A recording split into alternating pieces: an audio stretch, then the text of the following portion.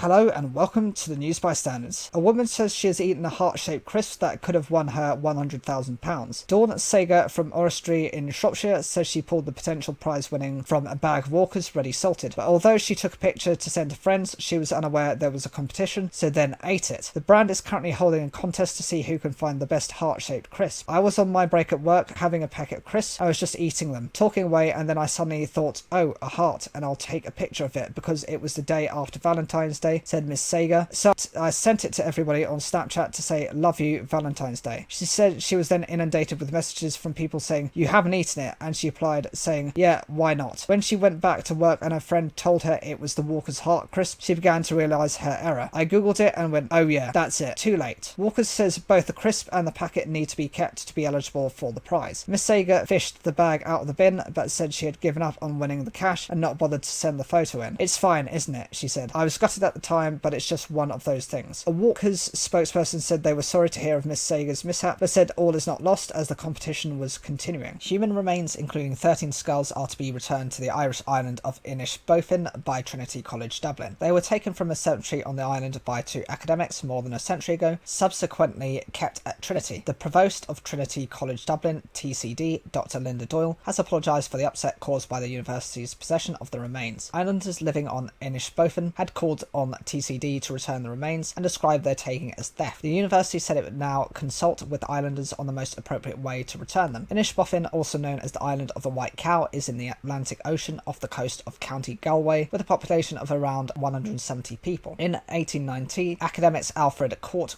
Hayden and Andrew Francis Dixon, who later became Professor of Anatomy at Trinity College, sailed to Inishbofin under the pretense of carrying out a fishing survey, but they recently removed partial skeletal remains of 13 people, including their skulls, from St. Coleman's Monastery on the island without the community's knowledge. At the time, there was interest in the study of craniometry, the measurement of the cranium, and anthropometry, the scientific measurement of individuals. Hadn't recorded the events on Inishbofin in his diary. Since then, the remains had been stored in TCD's Old Anatomy Museum, but the university's governing board has now said that they should be returned to Inishbofin. That followed an investigation by Trinity's Legacies Review Working Group. The Inishbofin remains were the first case to be examined by the review group, but they are also looking at Trinity's links with slavery and the British Empire. For example, TCD's library is named after the philosopher George Berkeley, an 18th century slave owner. In 2022, National Museum's Northern Ireland (NMINI) returned human remains and other sacred objects to Hawaii. Representatives from the Office of Hawaiian Affairs received two separate human remains, including a skull and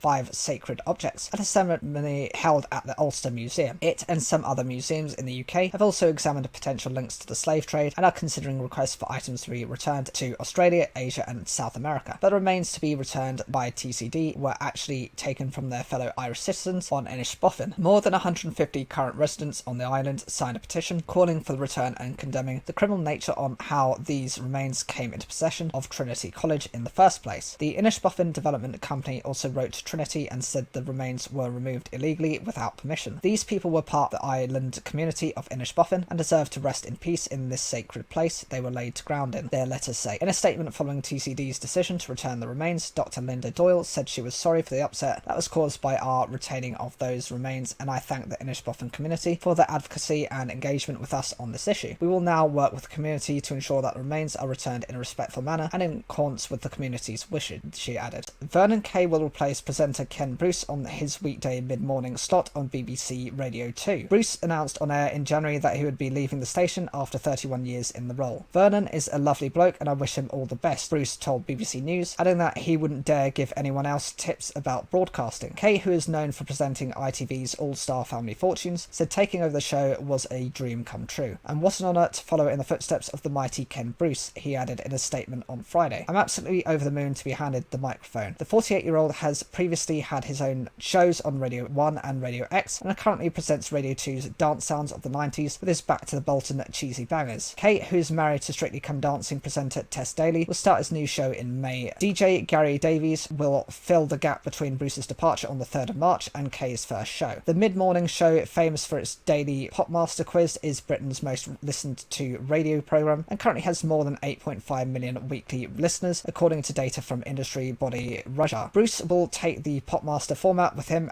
when he moves to the rival commercial station Greatest Hits Radio. His departure comes shortly after Steve Wright left Radio 2, ending a 23-year-old stint at the station's afternoon host. White stressed he was not retiring and would keep his Sunday morning show. Other popular presenters who have also left the station in this past year include Paul O'Grady and Vanessa Feltz. Wright was replaced by Scott Mills, while O'Grady's slot is now hosted by Rob Beckett. Weather presenter Owain Wynne Evans took over from Feltz to host the early breakfast show from Cardiff. So who is Vernon Kay? The Bolton-born presenter began his career as a model, which led to him presenting Links on Channel 4's teen-targeted T4 strand. Moving into radio, he hosted his own BBC Radio 1 show between 2004 and 2012, and went on to host the mid-morning show on Radio X between 2015 and 2017. The TV and radio personality also helmed the ITV game show All-Star Family Fortunes, a celebrity version of the long-running quiz show from 2006 to 2015, as well as two series of Beat the Star from 2008 until 2009. In 2010, he co-presented another ITV game show, The Whole 19 Yards, alongside Caroline Flack. The same year, over in the US, the Brit fronted the six-part series Skating with the Stars. A fan of American football since his youth, Kay, who has also played the sport, presented the American Football Show on Channel 4 in 2013. And since the start of the 2018 to 2019 season, he has presented live Formula E coverage too. Alongside Gabby Logan, he fronted the celebrity diving show Splash from 2013 to 2014, which saw Team GB Olympic gold-winning diver Tom Daley offer his services as a mentor to pool-bound stars. An occasional stand-in presenter on The One Show and This Morning, Kay also finished in third place on I'm a Celebrity, Get Me Out of Here in 2020, behind fellow broadcaster Jordan North and eventual winner Giovanna Fletcher. Over the years, he has also featured on shows such as Shooting Stars, Bo Selector, and Would I Lie to You, as well as The Masked Singer. His film cameos include Shaun of the Dead. Speaking to BBC News in 2021, around the launch of his new ITV series Game of Talents, Kay said he felt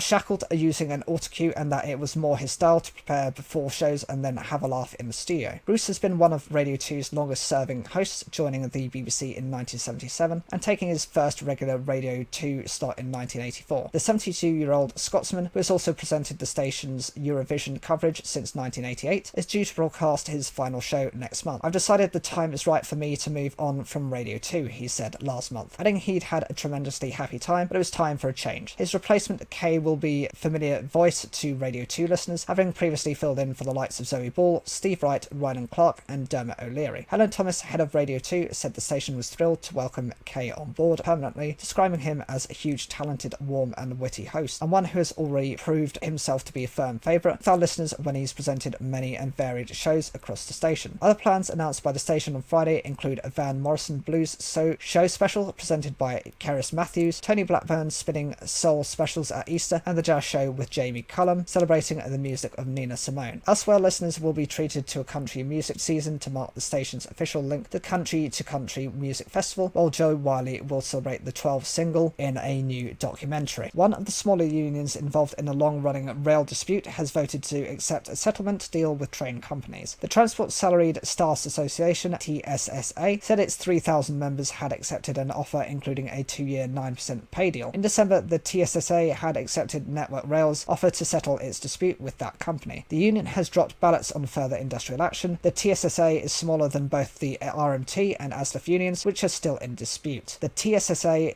said it had won an approved pay deal, as well as commitments on job security and full consultation over any possible changes to terms and conditions. The 2-year pay deal will mean a 5% increase in 2022 to 2023, or a minimum of £1,750, whichever is the greater, and a further 4% the following year. The agreement also means there will be no compulsory redundancies among certain grades of staff, including station-based workers and all on-board staff, until the end of 2024. There are 14 train companies involved in the agreement, including Avanti West Coast, East Midlands Railway, Govia Thameslink Railway, Greater Anglia, Greater Western Railway, Northern Trains Limited, South Western Railway, and TransPennine Express. The TSSA said it continued to oppose the proposed closures of ticket offices. Earlier this month, the RMT union rejected the rail industry's latest offers. Network Rail and the Train Companies Group had called the proposals their best and final, but RMT boss Mick Lynch said they were dreadful. However, a TSSA spokesperson said its members could be rightly proud of their actions in this dispute. The incredible resolve we have seen from our members has resulted in a significantly improved pay deal over 2 years, commitments for no compulsory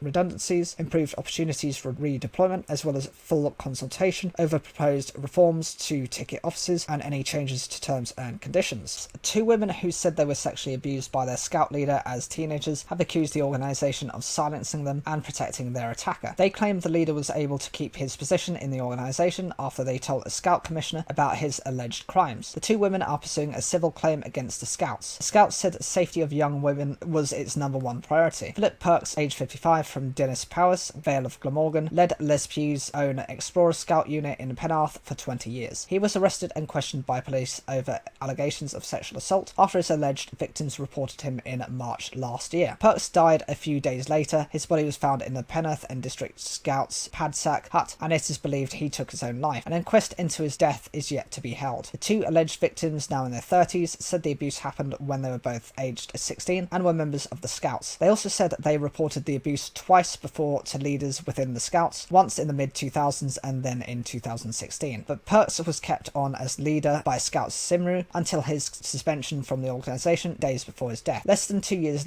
earlier in 2020, he had received Scouting's highest award. South Wales police confirmed the husband and father of two was being investigated on suspicion of sexual assault by touching. A Force spokesman said he died while on bail prior to a charging decision before reached by the Crown Prosecution Service. Alleged victims Katie and Anna, not their real names, said they had repeatedly asked the Scouts to tell all former and current members about their allegations against Perks, but say they had instead fell unsilenced. They are now pursuing a civil claim against Scouts, their solicitors said, in order to obtain a sense of justice and closure. They said they want to ensure the safeguarding of other young people in the Scouts. I'm just so worried that there are other people out there who have been abused by him, Anna said, but it feels like there is a systematic attempt to silence us and get us to drop it. She said both women had tried time and again to get the Scouts to inform people of Perks' alleged crimes, but claimed their stonewalling had perpetuated the abuse and made them feel small. Anna said she wanted other potential victims to have the chance to heal and repair the guilt, shame and isolation they may feel. As soon as you realise that it's not your fault, as soon as you realise that this was actually a predator and that he did it to other people, it just completely changes your mindset. Perks' position within the Scouts and wider community played a role in why their reports of the abuse were not escalated, Anna believes. It'll be difficult for people to reconcile the two people, the person who did wonderful things for Scouting and the abuser. Katie said whether he was alive or dead, they should have told parents, surely they would want to know. It just feels like they're protecting him or his reputation. Katie and Anna said they were assaulted on separate occasions while they were in Perks' care, and they told each other about the abuse shortly after it happened. They reported it at the time to a junior leader who they believe was not trained to deal with such complaints, and said he blindsided them with an after-school meeting in the field next to the Scouts hut, which Perks attended. While Anna said she went into full panic attack mode and left, never to return to Scouts again, Katie felt pushed into confronting her alleged attacker. Katie said Perks just denied it all and did not seem upset by their accusations, and said he claimed that it had happened, he must have had done it in his sleep. It is alleged a commissioner was told about Anna's allegations in 2016. It is understood he denies that. He has since been suspended from his position and is the subject of an internal investigation. The Scouts said it was unable to comment further on the circumstances around the commissioner's suspension, but in an email sent to volunteers of Cardiff and Vale Scouts on Saturday, 18th February, it said he was suspended following Perks' death and was being investigated for failure to report an incident within the given timescales. The email, prompted by the PA news agency contacting the Scouts for comment, also that it cannot be proven currently that the historic complaints were made. It asked volunteers not to engage in speculation or speak to the media before reminding them to follow safeguarding procedures and report any issues immediately. The Scouts said its #1 priority was the safety of young people in its care, with everyone working to a strict code of practice. We are aware of this case and are in constant communication with the two young women who have shared their story with you. We are taking the information they've given us very seriously, the spokesperson said. This is a complex and detailed case,